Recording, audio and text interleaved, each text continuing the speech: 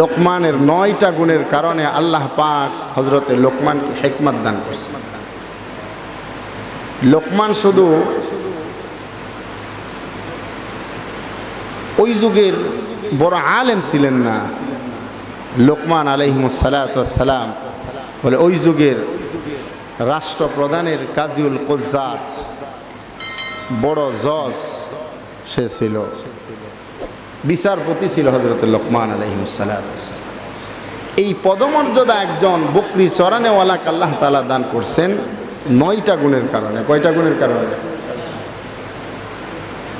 1 number গুণ হচ্ছে হযরত লোকমান বলেন যে আমি আমার দৃষ্টিকে নিম্নগামী রাখি সবসময়, অর্থাৎ চোখের হেফাজত করি, যেটা আমাদের দ্বারা সম্ভব হয় না। হাদিসের মধ্যে আসছে আর নজরু কা সাহমিশ শাইতান, নজর হচ্ছে শয়তানের তীর। বাহিরে যাব তো চোখ দেখবেন যেদিকে যাবার নয় ওদিকে চোখ চলে যায়, অর্থাৎ যেদিকে গেলে আমার গুনাহ হবে ওই দিকেই চোখ কি ধরবে। তো লোকমান হাকিম হওয়ার ক্ষেত্রে সর্বপ্রথম যে ভূমিকাটা রেখেছেন সেটা হলো নিজের নজরকে হেফাজত করেছে। আমরাও চেষ্টা করব, আল্লাহ আমাদের তৌফিক দান করেন, বলেন আমিন। 2 নাম্বার গুণ লোকমান নিজে বলেন যে আমার দ্বিতীয় গুণ হচ্ছে আমি মুখ বন্ধ রাখি। হাদিসের মধ্যে নবী বলেন মান সামাতা নাজা, দুনিয়ার জমিনে যেই বান্দাটা চুপ থাকবে পরজগতে এবং ইহ জগতেও সে নাজাত পাবে।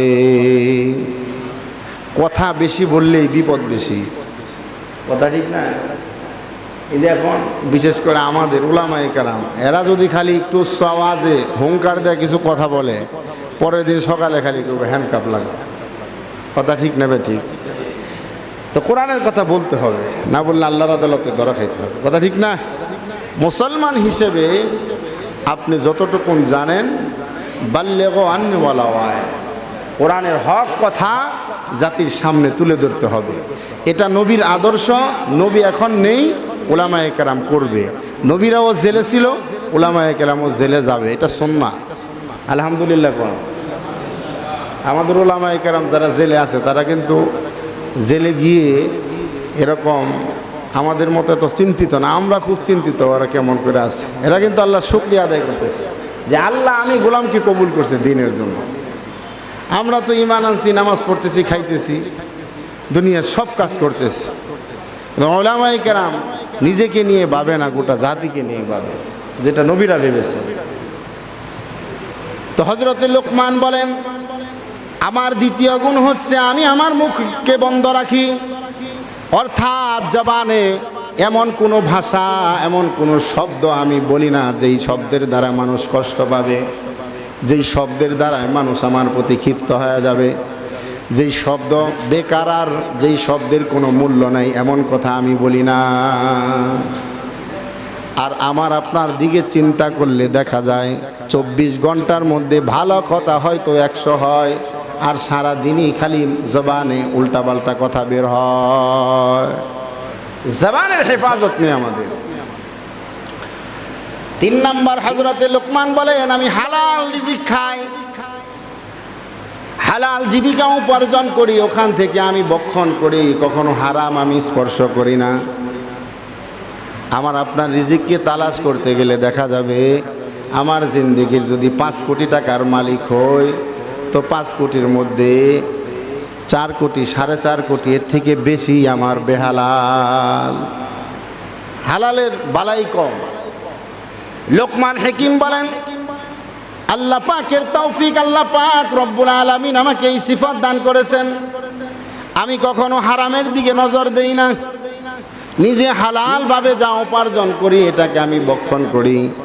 4 নাম্বার সিফত হচ্ছে আমি আমার লজ্জাস্থানের হেফাজত করি, যেটা আমাদের দ্বারা সম্ভব হয় না। দুনিয়ার অবস্থা এখন এমন, চোখ আর লজ্জাস্থানকে হেফাজত করা বড় মুশকিল। এই জন্য মুসলমান ইমানদার লোকমান হাকিমের এই কথাগুলো যদি আমরা নোট করে জীবনে ধারণ করতে পারি, আল্লাহ পাক রব্বুল আলামিন লোকমান না বানালেও লোকমানের সাথী হিসাবে আল্লাহ তাআলা হাসরে আমাদেরকে উঠাবেন। তাহলে 4 নাম্বার সিফত লোকমানের, তিনি তার লজ্জাস্থানকে হেফাজত রাখছেন, লজ্জাস্থানের হেফাজত করছেন। 5 নাম্বার সিফত হচ্ছে যখন কোনো কথা বলছেন সত্য কথা বলছেন, মিথ্যা বলেন নাই। 6 নাম্বার হযরতে লোকমান আলাইহিমুসসালাতু ওয়াসসালাম বলেন, আমার 6 নাম্বার সিফত হচ্ছে আমি অঙ্গীকার করলে সেটা পুরা করি, কারোর সাথে কোনো ওয়াদা থাকলে এটাকে পুরা করে দেয়।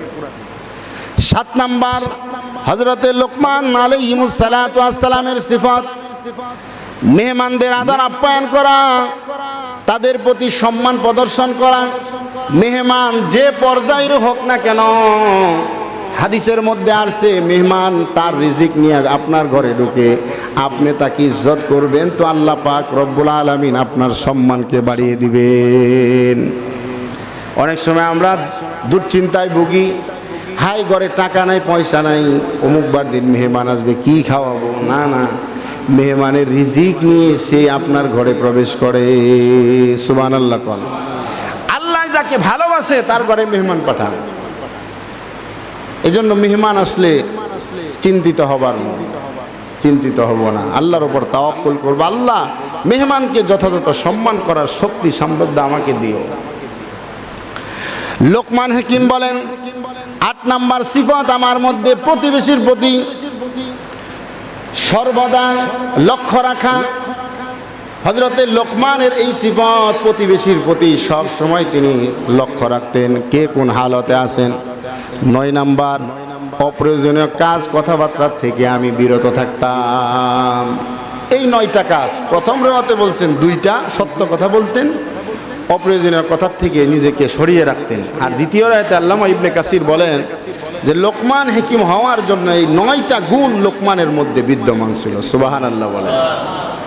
এই গুণগুলো যদি কেউ ধারণ করতে পারে আল্লাহ পাক রব্বুল আলামিন তাকে ওই রকম বানিয়ে দিবেন। এই গুণ যদি কারোর ভিতরে থাকে তার দ্বারা কোনো গুনাহ হবে? গুনাহ হবে কিনা বলেন?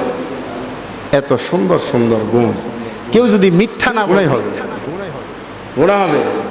কারণ মিথ্যা হলো সমস্ত গুনার মূল শিকড়, মিথ্যার থেকে সব গুনাহ প্রকাশ পায়। মিথ্যা বলবেন, একের পর এক গুনাহ আসতে থাকবে। এই জন্য আমরা মিথ্যাকে পরিহার করব। আল্লাহ তাআলা আমাদের হেফাজত করেন, বলেন আমিন। সেই লোকমান আলাইহিমুসসালাতু ওয়াসসালাম তার কথাগুলো আল্লাহ কোরআনে কত সুন্দর করে আমাদেরকে ওয়াজ করে শোনাইতেছেন। আল্লাহ পাক রব্বুল আলামিন বলেন, বান্দা আমার লোকমানের কথা এত পছন্দ হয়েছে আমি ধারাবাহিকভাবে তার কথাগুলো কোরআনে আনছি। লোকমান আলাইহিমুসসালাতু ওয়াসসালাম তার সন্তানকে ওসিয়ত করতেছেন, 1 নাম্বার আল্লাহর সাথে শিরক করবা না, যেটা গত জুমায় মোটামুটি আলোচনা হয়েছে। 2 নাম্বার পিতামাতার সাথে নাফরমানি করবা না। সুবহানাল্লাহ। কত সুন্দর শিক্ষা। মুফাসসিরিনে কেরাম লেখেন আল্লাহ পাক রব্বুল আলামিন শিরকের পরে পিতামাতাকে কেন আনলেন?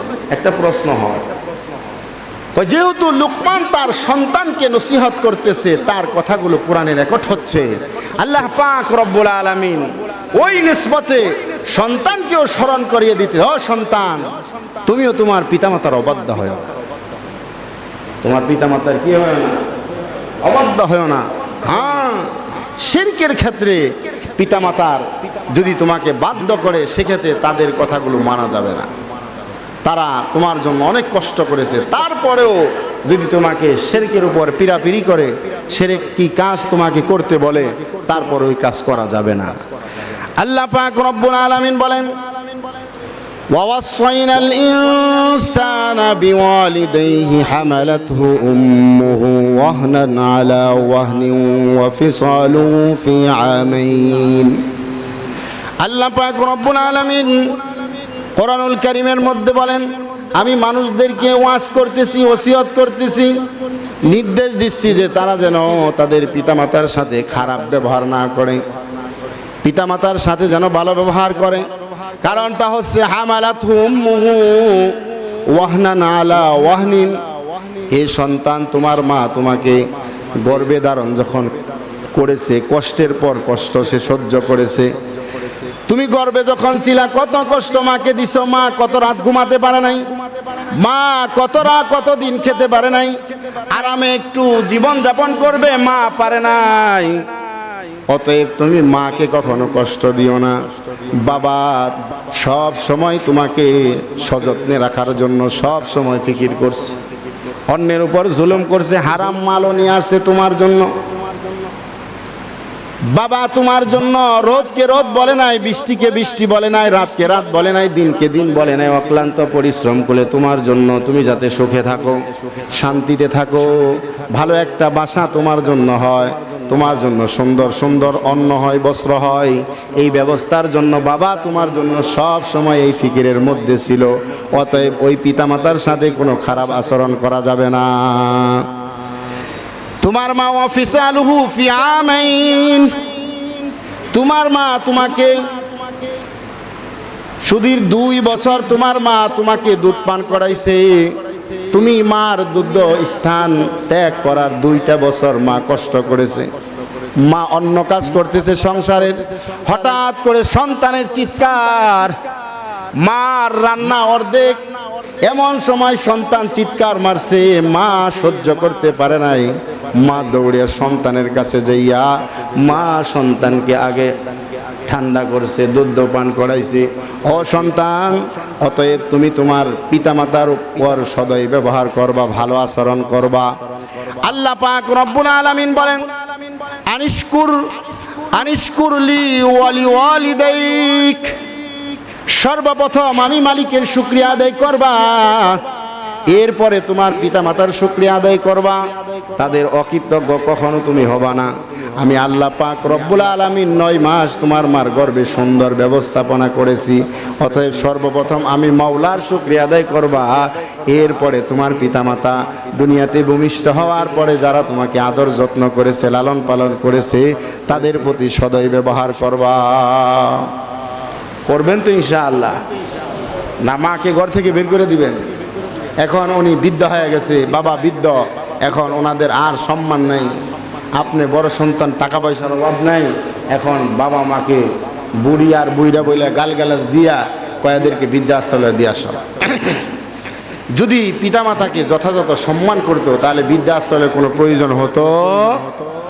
আওয়াজ দিয়ে বলে প্রয়োজন হতো? যেই পিতামাতা কত কষ্ট করে, তুমি যখন পিতা হবা সন্তান, তখন বুঝবা তোমার পিতা তোমার মাতা কত তোমার জন্য কষ্ট করে। এই জন্য আল্লাহ পাক রব্বুল আলামিন কোরআনের অন্যতরে সূরা বনী ইসরাঈলের মধ্যে বলছেন, ওয়াকাদা রব্বুকা আল্লা তা'বুদু ইল্লা ইয়াহু ওয়া বিল ওয়ালিদাইনি ইহসানা। আল্লাহ পাক রব্বুল আলামিন বলেন, আমি চূড়ান্ত ফয়সালা করে দিলাম, আমি মাওলার ইবাদতের পরে তুমি তোমার পিতামাতার সাথে সৎ ব্যবহার করো, ভালো আচরণ করো। ও আমার সন্তান, তোমাকে ওসিয়ত করতেছি, পিতামাতার সাথে কখনো খারাপ ব্যবহার করবা না। সুবহানাল্লাহ। এমন বাবা পাওয়াও দুষ্কর, এমন সন্তান মিলাও দুষ্কর। আল্লাহ পাক রব্বুল আলামিন বলেন, যদি একটু উল্টা পাল্টা করো, আমি আল্লাহর নাশুকরিয়া করো, পিতামাতার নাশুকরিয়া করো, ইলাইয়াল মাসির, এরে গোলাম তুই দুনিয়াতে সারা জীবন থাকতে পারবা না, আমি আল্লাহর কাছে তোমার প্রত্যাবর্তন করতে হবে, আসতে হবে। ওই দিন কিন্তু আমি আল্লাহ তাআলা তোমাকে শক্তভাবে ধরবো। হাদিসে নবী স্পষ্ট বলে দিয়েছেন, পিতামাতা তোমাদের জন্য জান্নাত, আবার পিতামাতা তোমাদের জন্য জাহান্নাম। পিতামাতাকে খুশি করলে আল্লাহ খুশি হয়ে যান, পিতামাতাকে নারাজ করলে আল্লাহ নিজে নারাজ হয়ে যান। এজন্য আমরা চেষ্টা করব আমাদের অর্থ শক্তি সব কিছু দিয়ে পিতামাতাকে সন্তুষ্ট রাখার। আল্লাহ কবুল করেন, বলেন আমিন। এরপর আল্লাহ আরেকটা ওয়াজ করে দিলেন, এই পিতামাতার মাকাম মর্যাদা অনেক বেশি, কিন্তু আমি আল্লাহর থেকে বেশি না। আল্লাহ পাক বললেন, ওয়াইন জাহাদাকা আলা আন তুশরিক বি মা লাইসা বিহি ইলম, তোমার পিতামাতা যদি আমি আল্লাহর সাথে শিরক করতে পিরাপিরি করে, যেমন যারা মূর্তি পূজক, যারা হিন্দু মুশরিক, এরা তার কোনো সন্তান যখন মুসলমান হয়, তারা চায় না তার সন্তান মুসলমান হোক, এই সন্তানকে ত্যায্য করে দেয়, তার সম্পত্তির থেকে কোনো ভাগ দেয় না। এটা তো আবার তাদেরকে জেলে ভরে বিভিন্ন অত্যাচার নির্যাতন করে। আল্লাহ পাক রব্বুল আলামিন বলেন, ওয়াইন জাহাদাকা আলা তুশরিকা বি মা লাইসা লাকা বিহি ইলম, যেই বিষয়ে তোমার কোনো জ্ঞান নাই ওই বিষয়ে যদি তোমার পিতামাতা তোমাকে শিরক করতে বলে, আমি রবের সাথে শরীক করতে বলে, তাহলে এটা করা যাবে? আল্লাহর সাথে পিতামাতাকে মানবেন, কিন্তু আল্লাহ তাআলার হুকুমের ক্ষেত্রে বলে যথাযথ আল্লাহর হুকুম যেটা আছে এটা মানতে হবে, ওই ক্ষেত্রে পিতামাতার হুকুম মানা যাবে না। কথা বুঝতে পারছেন? এই জন্য পিতামাতাদের আল্লাহ পাকের কাছে তারা দায়বদ্ধ কি, যে সন্তানদেরকে ইলম শিক্ষা দেওয়া, কোরআন হাদিসের জ্ঞান শিক্ষা দেওয়া। আপনি যদি তাকে কোরআন হাদিসের জ্ঞান শিক্ষা না দেন, তাহলে সে উল্টাপাল্টা কাজ করবে, আল্লাহর নাফরমানি করবে, আপনাকে মানবে না। এর দায়ভার কিন্তু আপনার নিতে হবে। কথা বুঝতে পারছেন? সন্তানের উপর যেমন আপনার হক আছে, সন্তানেরও আপনার উপর হক আছে, এটা আল্লাহ বলে দিয়েছেন। আপনারও কিছু হক আছে। সর্বপ্রথম তাকে সুন্দর লালন পালন করা, শিষ্টাচার শিক্ষা দেওয়া, ইলম শিক্ষা দেওয়া, যেই ইলমের দ্বারা সে দুনিয়াতে সুন্দর জীবনযাপন করে পরজগতে শান্তির পথ দেখবে। এই দায়িত্বটা পিতামাতা। এই জন্য আল্লাহ পাক রব্বুল আলামিন বলেন, তোমার পিতামাতা যদি তোমাকে বাধ্য করে আমি আল্লাহর সাথে শিরক করার জন্য করবা না, এটা লোকমান হিকিমের ওয়াজ আল্লাহ পাক কোরআনে রেকর্ড করে দিয়েছেন। আল্লাহ পাক বলেন, কিন্তু ফালা তুতঈমুহা ওয়া সাহিবুহুমা ফিদ দুনিয়া মা'রুফা, কিন্তু দুনিয়ার বেলায় পিতামাতার সাথে তুমি উত্তম ব্যবহার করবা। দুনিয়ার কোন কার্যক্ষেত্রে শরীয়তের বিধান না, কিন্তু দুনিয়ার ক্ষেত্রে তুমি তোমার পিতামাতার সাথে ভালো ব্যবহার করবা, উত্তম আচরণ করবা, তাদের সাথে রাগান্বিত হওয়া যাবে না। আল্লাহ পাক সূরা বনী ইসরাঈলের মধ্যে বলেছেন, ওয়ালা উফিন, তাদের সাথে এমন আচরণ তোমার দ্বারা প্রকাশ যাতে না পায়, যেই কারণে পিতামাতা বলে আহ কেমন সন্তান ধারণ করলাম। আল্লাহ পাক পিতামাতার সাথে কেমন কথা বলতে হবে, আল্লাহ কোরআনুল কারীমের শব্দ বলেন, ওয়াকুল্লাহুমা কাওলান কারীমা, সম্মানজনক কথা তাদের সাথে বলবা। এমন কথা তোমার জবানে যাতে প্রকাশিত না হয়, যেই কথার দ্বারা পিতামাতা বলে ওহ আহ উফ, এমন একটা শব্দ যাতে তারা তাদের অন্তর থেকে বের না করে তোমার আচরণের কারণে। কারণ হাদিসের মধ্যে আসছে, আল্লাহ পাক রব্বুল আলামিন কিছু কিছু দোয়া এমনভাবে কবুল করে, আল্লাহ এবং বান্দার মাঝে কোনো পর্দা রাখে না। সুবহানাল্লাহ। তন্মধ্যে ওয়ালিদাই, তোমার পিতামাতা যখন যে সময় তোমার জন্য দোয়া করবে, আমি আল্লাহ তাআলা ডাইরেক্ট কবুল করে নেই। এই জন্য আমরা যারা পিতা আছি সাবধান, সন্তানের কিছু ভুল দেখে আমরা ওকে এত গজব এই সেই নানান কিছু বলে ফেলি, যদি আল্লাহ কবুল করে নাই তো আপনার জীবন শেষ। এই জন্য সন্তানকে অভিশাপ দেওয়ার ক্ষেত্রে সাবধান। আল্লাহ তো আমাদের যদি আল্লাহ, আমরা যেমন পিতা রব্বির হামুহুমা কামা রব্বায়ানি সগীরা, দোয়াটা সন্তানের জন্যই তো আল্লাহ শিক্ষা দিয়েছেন। কথা ঠিক না? আল্লাহ বলেন, আমি যেমন তোমাকে তোমার মার গর্ভে লালন পালন করছি, দুনিয়াতে যাওয়ার পর তোমার বাবাও তো এরকম কষ্ট করছে, অতএব তারা যখন বৃদ্ধ হয়ে যায় তোমরাও তাদেরকে এরকম দেখবা, তাদের ভরণ পোষণ সব কিছু খেয়াল রাখবা। মরার পরে নামাজের পর বৈশা বৈশা আমি আল্লাহর কাছে দোয়া করবো, আল্লাহ আমার পিতামাতা আমার প্রতি যেই যত্নবান, আমাকে যে যত্ন করেছে, তুমি তাদেরকে কবর এরকম যত্ন করো। এই ওয়াজটা আল্লাহ তাআলা শিক্ষা। আল্লাহ কত দয়ালু, কত ভুল করি আল্লাহ ধরেন না। অতএব পিতা যারা আমরা আছি, সন্তানের ভুল হবে তাকে সঠিক রাস্তা দেখান, বারবার দেখান, বদদোয়া দিয়েন না। বদদোয়ার কারণে যদি আল্লাহ কবুল করে ফেলে, এরপরে আপনিই নিজে পস্তাবেন। এজন্য সাবধান। আল্লাহ পাক রব্বুল আলামিন বলেন, ওরে সন্তান, ফালা তুতঈমুহুমা ওয়া সাহিবুহুমা ফিদ দুনিয়া মা'রুফা, দুনিয়াতে তোমার পিতামাতার যথাযথ অনুকরণ করতে হবে, তাদের সাথে ভালো ব্যবহার করতে হবে, কখনো তাদের সাথে রাগান্বিত হওয়া যাবে না। আল্লাহ পাক রব্বুল আলামিন বলেন, ওয়াতবি'is সাবিলা মান আনাবা ইলাই, লোকমান হিকিম তার সন্তানকে বলে, ও সন্তান, দুনিয়াতে এমন লোকদের সাথে তুমি চলবা যারা একানিষ্ঠ, আল্লাহর দিকে ফিরে যাইতে চায়, আল্লাহ পাকের প্রতি যাদের বেশি ভালোবাসা, অর্থাৎ আল্লাহর প্রতি যারা সদয়, এই সমস্ত মানুষদের সাথে তুমি উঠা বসা করবা।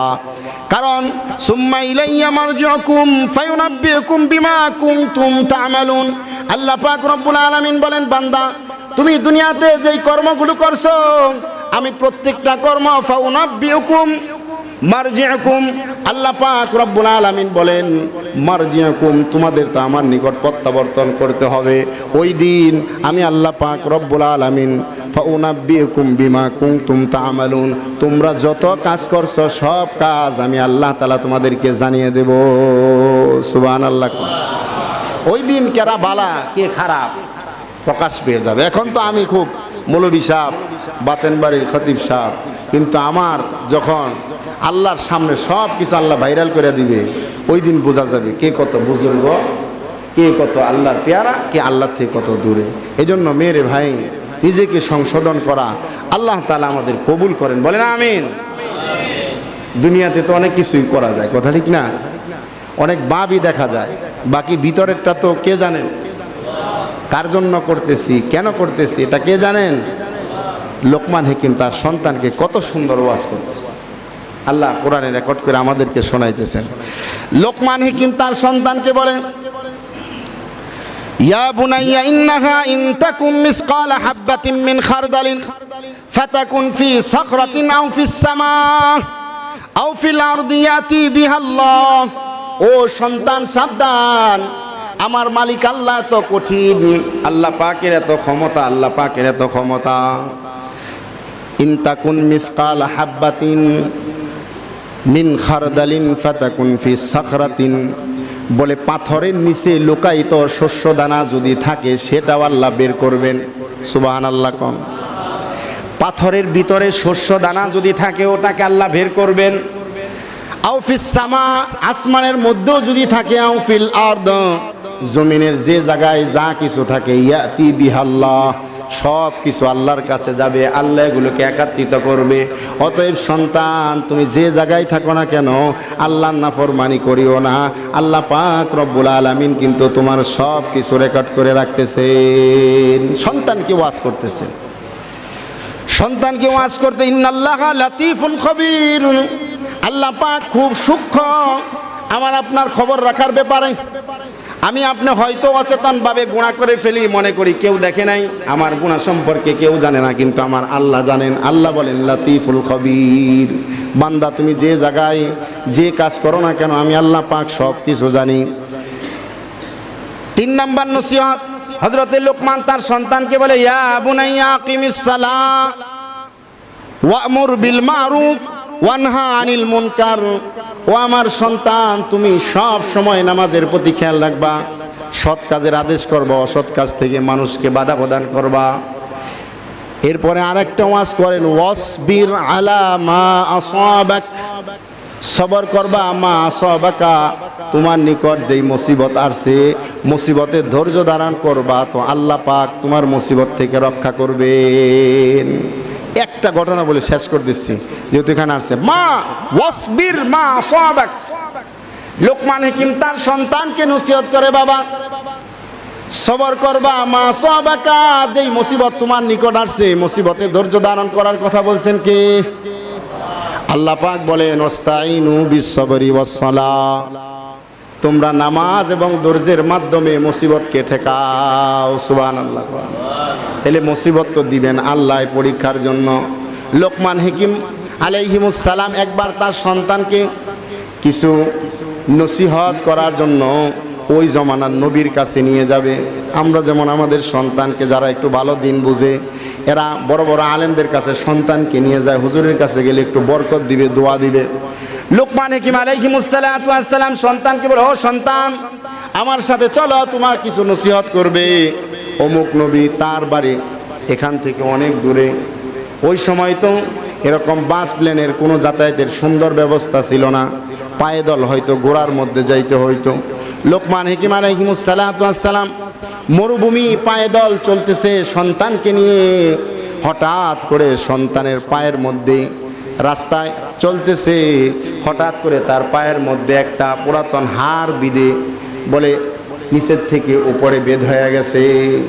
সন্তান চিৎকার করতেছে, এই হাড় মরা পশুর হাড় তার পায়ের মধ্যে বিধার কারণে বলে নিচের থেকে উপরে বেদ হয়ে গেছে, ছিদ্র হয়ে গেছে। লোকমান হাকিম আলাইহিমুস সালাতু ওয়াস সালাম চিন্তায় পড়ে গেল, এই মরুভূমিতে আমাদের সাহায্য করার মতো তো কেউ নাই, মরুভূমিতে গাছেরও কোনো ব্যবস্থা নাই, কি করা যায়? হযরতে লোকমান হাকিম আলাইহিস সালাতু ওয়াস সালাম এক রাত ওখানে অবস্থান করলেন। রাতের পর সকাল হলো, দেখা গেল সন্তানের পা আস্তে আস্তে পচতেছে, আগের অবস্থার থেকে খালি এরকম পরিবর্তন হইতেছে, অসুবিধা বেশি বাড়তাছে। এভাবে একদিন দুই দিন যখন চলে গেল, লোকমান হাকিম আলাইহিস সালাম চিন্তায় পড়ে গেল, আমার সন্তানকে আমি ভালো কাজের জন্য বের করলাম, সন্তান তো বিভ্রান্তি হয়ে যাইতে পারে। সন্তানকে বলে, ও সন্তান, ওয়াসবির মা আসাবাক, সবর করো, যেই মুসিবত তোমার কাছে আসছে এই মুসিবতে সবর করো, আল্লাহ পাক রব্বুল আলামিন এই মুসিবত থেকে তোমাকে রক্ষা করবে, আরো বড় বড় মুসিবত থেকে বাঁচাবেন।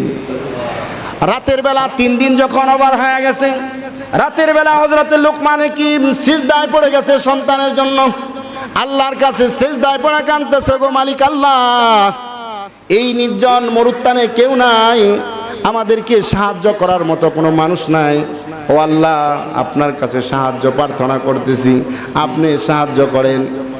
গভীর রাত্রিতে হঠাৎ করে দেখে এক লোক, লোকমান হাকিমের সন্তান দেখতেছে, তার সামনে একজন লোক। লোকটাকে জিজ্ঞাসা, লোকটা আসার পরে লোকটা লোকমান হাকিমের সন্তানকে বলে, হাল আরাফতি, তুমি কি আমাকে চেনো? সে বলে, না আমি আপনাকে চিনি না, আপনাকে? উনি বলেন, আনা জিবরাইল। সুবহানাল্লাহ। লোকটা বলে, আনা জিবরাইল। আপনাদের একটা প্রশ্ন হতে পারে, আমি জবাব দিয়ে দিচ্ছি। ফেরেশতারা তো নবীদের কাছে আসছে, অন্য মানুষের কাছে আসে নাই, তাহলে লোকমান হাকিম তো কোনো, লোকমান হাকিমের সন্তান তো কোনো নবী না, তারপরে তার কাছে কেন ফেরেশতা আসলেন? স্পষ্ট জবাব, হযরতে মারিয়াম কিন্তু কোনো নবী ছিলেন না। নবী ছিলেন? মারিয়াম আলাইহিস সালাম নবী ছিলেন নাকি? কিন্তু তার কাছেও ফেরেশতা আসছে। অনেক সময় ব্যতিক্রম আল্লাহ করেন, আল্লাহর পেয়ারা বান্দাদের কাছে আল্লাহ ফেরেশতা পাঠিয়ে দেন। সুবহানাল্লাহ। লোকমান হাকিমের সন্তানকে বলতেছেন, আমি জিবরিল। বলে, এখানে কিসের জন্য আসছেন? বলে, তুমি যে মুসিবতের মধ্যে ধৈর্য ধারণ করতেছো, আল্লাহ পাক রব্বুল আলামিন তোমার এই অবস্থাকে কবুল করে নিছেন, এই জন্য আমি জিবরিলকে পাঠাইছেন। জিবরিল আইসা জিগায়, তুমি কি অবস্থাতে আছো? লোকমান হাকিমের সন্তান বলে, আলহামদুলিল্লাহ। সুবহানাল্লাহ। বাপ কা বেটা সেফাই কা ঘোড়া, কোচ না হতো থোড়া থোড়া, যেমন বাবা তেমন সন্তান। লোকমান হাকিমের সন্তান বলে, আলহামদুলিল্লাহ, আল্লাহ আমাকে খুব ভালো রেখেছেন। এই প্রশংসা করার পরে হযরতে জিবরিল তার পায়ের মধ্যে একটু হাত লাগিয়ে দিলেন, তার পাটা ভালো হয়ে গেল। এটা তো ছোট মুসিবত ছিল। হযরতে জিবরিল বলেন, আল্লাহ পাক কেন তোমাকে এই মুসিবত দিছে জানোনি? কয় না, তুমি যেই নবীর কাছে যাইতেছিলে ওই নবীর কওমেরা খুব অসভ্য, তারা বড় জালেম, তারা নবীর কথা মানে না, এজন্য ওই এলাকাতে আল্লাহ পাক রব্বুল আলামিন পাথরের বৃষ্টি দিয়ে তাদেরকে শেষ করে দিতেছেন। ওই মুহূর্তে যদি তোমরা ওই নবীর এলাকাতে যাইতা তো তোমরাও ওই পাথরের বৃষ্টির তলে পড়তা। আল্লাহ পাক রব্বুল আলামিন তোমাকে সামান্য পায়ের ভিতরে একটা মরা পশুর হাড় ঢুকিয়ে মুসিবত দিয়ে 3 দিন এখানে রেখে ওই মৃত্যু বড় মুসিবত থেকে আল্লাহ তোমাকে রক্ষা করেছেন। সুবহানাল্লাহ। নবীর সাথে তারা বেয়াদবি করছে, নবীকে আল্লাহ তাআলা সরিয়ে নিছেন, তাদের উপর পাথরের বৃষ্টি দিছে। এখন আর নবী নাই, আছে? এখন নবী আছে নাকি দুনিয়াতে? আর আসবে? আল্লাহ নবী, আনা খাতামুন নাবিয়্যিন লা নাবিয়্যা বা'দ, আমার পরে আর কোনো নবী আসবে না যে দাবি করবে ওয়া কাযযাবুন দাজ্জালুন, সে মিথ্যাবাদী দাজ্জাল। নবী আসবে না, কিন্তু উলামায়ে কেরাম থাকবে কিয়ামত পর্যন্ত। নবীর ওয়ারিস, তাদেরকে সম্মান করা চাই, শ্রদ্ধা করা চাই। উলামায়ে কেরাম কারোর সাথে কোনো দুশ্মনী নাই। কিতাবের মধ্যে আসছে উলামায়ে কেরাম হলো জাতির সাবুক। জাতির কি বলেন? আল্লাহর পক্ষ থেকে জাতির জন্য সাবুক। সাবুক মারলে এটা কি আপনাকে আরাম দেয় না কষ্ট দেয়? জোরে বলেন। যখন আপনারা গরুকে এরকম লাঠি চার্জ করি, এটার দ্বারা গরু ব্যথা পায় না আরাম পায়? ব্যথা পায়। তো উলামায়ে কেরামের অনেক কথা যেটা আমাদের কাছে খুব কষ্ট লাগে। কথা বুঝেন না? নামাজ পড়ে না এখন, হুজুরে নামাজের না পড়লে কি ক্ষতি এটা বলতেছে। এখন যে বেনামাজি হ্যাঁ হুজুর আমার দিকে দিকে ওয়াজ করে, যে জুলুম করে হ্যাঁ মনে করে যে হুজুর আমার দিকে দিকে করতেছে। এরকম সুদ খায় যে হারাম খুর হারাম খায় হ্যাঁ চিন্তা করে যে আমার প্রতি খেয়াল করে এরকম ওয়াজ করতেছে। যারা রাষ্ট্র নিয়ে রাষ্ট্র ব্যবস্থাপনায় আছে এরকম রাষ্ট্র নিয়ে যদি উলামায়ে কেরাম কথা বলে মনে করে আমার বিরোধিতা করতেছে। কথা ঠিক না? জোরে বলেন কথা ঠিক না? এই জন্যই তো উলামায়ে কেরামকে হ্যান্ডকাপ পড়েয়া জান্নাতের ভিতরে ঢুকাইতেছে। জেলখানা উলামায়ে কেরামের জন্য জান্নাত। আলহামদুলিল্লাহ।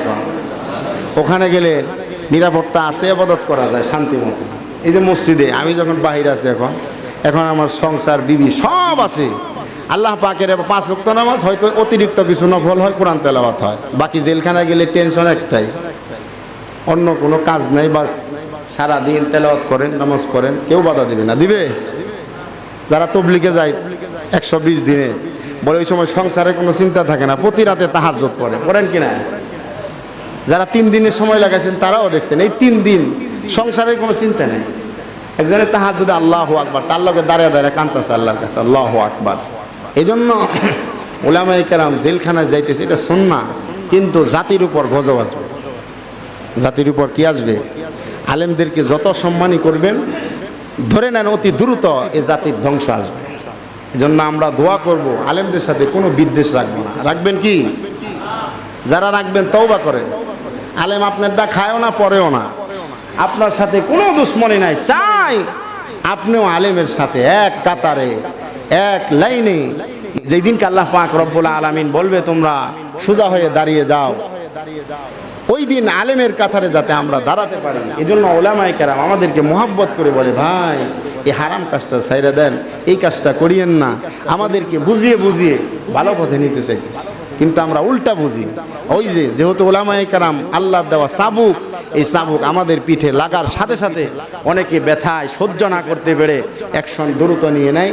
আবার অনেকে হযরতে লোকমান হাকিমের ছেলের মতো সবর করে, ছোট জিনিসকে সবর করে বড় মুসিবত থেকে সে মুক্তি পায়। দুনিয়ার যত কষ্ট আছে এটা খুব ছোট, আখিরাতের কষ্ট সবচেয়ে বড়। কথা ঠিক না বেটি? এই জন্য আল্লাহ পাকের কাছে আমরা দোয়া করব, আল্লাহ যেন আমাদের সকলকেই লোকমান আলাইহিমুস সালাতু ওয়াস সালাম তার সন্তানকে যে নসিহতগুলো করেছেন এই নসিহতের উপর আমাদেরকে চলে আল্লাহ পাক ইহ জগৎ পরজগতে কামিয়াবি হওয়ার তৌফিক দান করেন। বলেন আমিন। লম্বা হয়ে গেছে, আরো কিছু আলোচনা আছে, আগামী জুমা হবে ইনশাআল্লাহ।